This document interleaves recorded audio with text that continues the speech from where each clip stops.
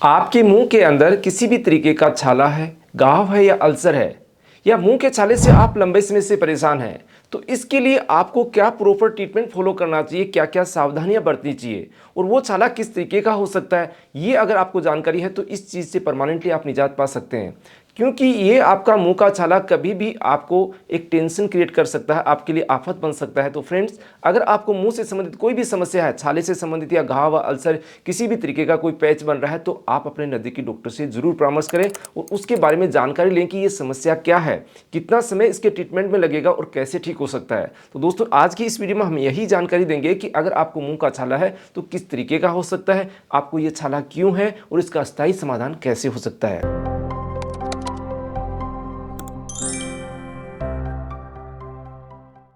तो चलिए बात करते हैं कि मुंह के अंदर आपको टंग के ऊपर छाला हो सकता है, आपके इनर चीक्स, आपके गम्स के ऊपर या आपके तालू के अंदर कई बार आपको छाले या अल्सर बनने लग जाते हैं।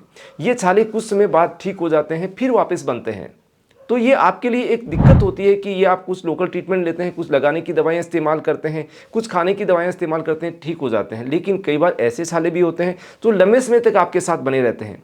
उनको सही करना बहुत ज़रूरी है, क्योंकि ये आगे जाके आपके लिए कैंसर का रूप भी बन सकते हैं। क्योंकि माउथ के अंदर जो भी अपनी म्यूकस मेम्ब्रेन होती है, वहाँ पर अल्सर बनते हैं, वो हील भी बहुत जल्दी होते हैं। लेकिन अगर ये छाले लंबे समय तक रह जाते हैं तो इसके अंदर कन्वर्जेंस के चांसेस, चेंज होने के चांसेस बहुत ज़्यादा रहते हैं। यानी कि इसके अंदर जो सेल्स होती है वो म्यूटेट करके जल्दी ही आपके कैंसर का रूप लेने लग जाती है। तो फ्रेंड्स, आपके मुंह के अंदर कई तरीके के छाले होते हैं। जैसे नॉर्मल छाले हैं जो हम आपको फोटो के अंदर दिखा रहे हैं कि ये नॉर्मल छाले होते हैं, आपके जीभ के ऊपर इनर जो लिप्स होते हैं यहाँ पर होने लग जाते हैं, जो आप नॉर्मल ट्रीटमेंट से ठीक हो जाते हैं। लेकिन कई बार आप दूसरे नंबर का देख रहे होंगे कि ल्यूकोप्लेकिया, सफ़ेद सफ़ेद पैच बनने लग जाते हैं, उनके साथ कई बार अल्सर भी बन जाते हैं। तो ये है ल्यूकोप्लेकिया, जो आप फोटो के अंदर देख रहे हैं। ल्यूकोप्लेकिया के अलग अलग तरीके के रूप होते हैं।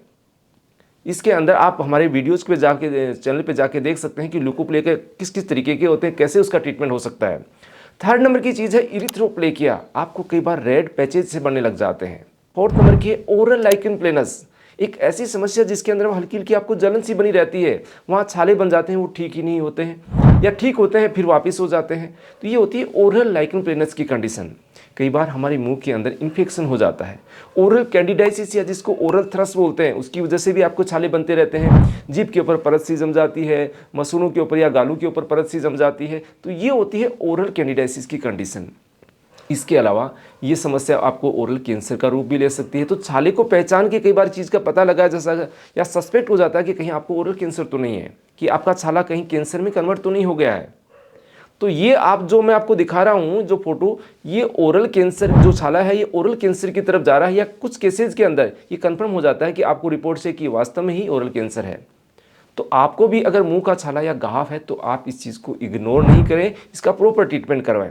आप प्रॉपर ट्रीटमेंट की बात करते हैं कि ये कैसे हो सकता है, तो इसमें पहला स्टेप है आपको छाले क्यों बन रहे हैं, इसका कारण जानना जरूरी है। कारण का मतलब है कहीं आपका डाइजेशन तो खराब नहीं है, आपको बार बार कॉन्स्टिपेशन या लूज मोशन की समस्या तो नहीं है, पेट में गैस बनती हो, पेट भारी भारी रहता हो, तो आपके ये चीज़ें डेवलप होती है क्योंकि ये डाइजेशन का ही पार्ट होता है। तो आप डाइजेशन को प्रॉपर तरीके से ट्रीट करवाएंगे तो आपको आसानी से छाले पीछा छोड़ देंगे।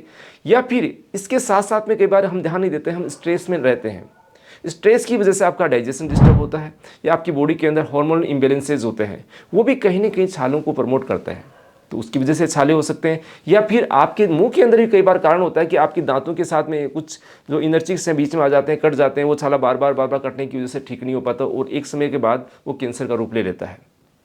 या फिर आपके कोई ऐसा प्रोसेस डेंचर आपने लगा रखा है, उसकी वजह से भी दिक्कत होने लग जाती है।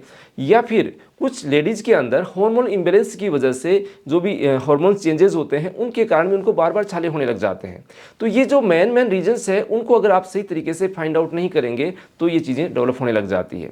अब देखा कि आपने आपका डाइजेशन लंबे समय से खराब, आपको विटामिन की डेफिशिएंसी होने लग जाती है, उसकी वजह से भी छाले हो जाते हैं। तो ये हुए मेन कोज।